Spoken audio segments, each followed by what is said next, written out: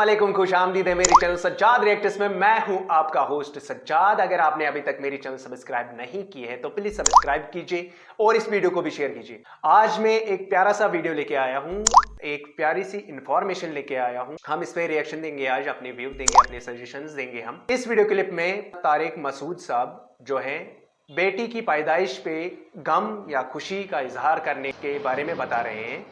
चलिए इस वीडियो को पहले देख लेते हैं, उसके बाद फिर हम बात करते हैं, अपने सजेशन देंगे और रिएक्शन देंगे। Let's watch it first. Okay,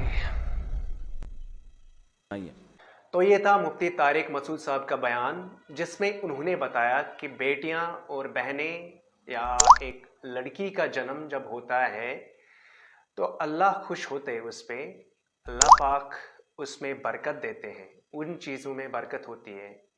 अगर आपको कुछ तकलीफ होती है तो ज़्यादा दर्द जो होता है बेटी को ही होता है, बहन को ही होता है।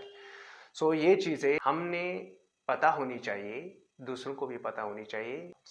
अगर आपको ये वीडियो पसंद आया तो इसको ज़रूर शेयर कीजिए फिर। और अगर आप कुछ सजेस्ट करना चाहते हैं, कुछ टॉपिक देना चाहते हैं तो आप कमेंट सेक्शन में जाके बता सकते हैं। मिलते हैं अगले वीडियो में, तब तक के लिए अपना बहुत ज़्यादा ख्याल रखिएगा। अल्लाह हाफिज़, पीस।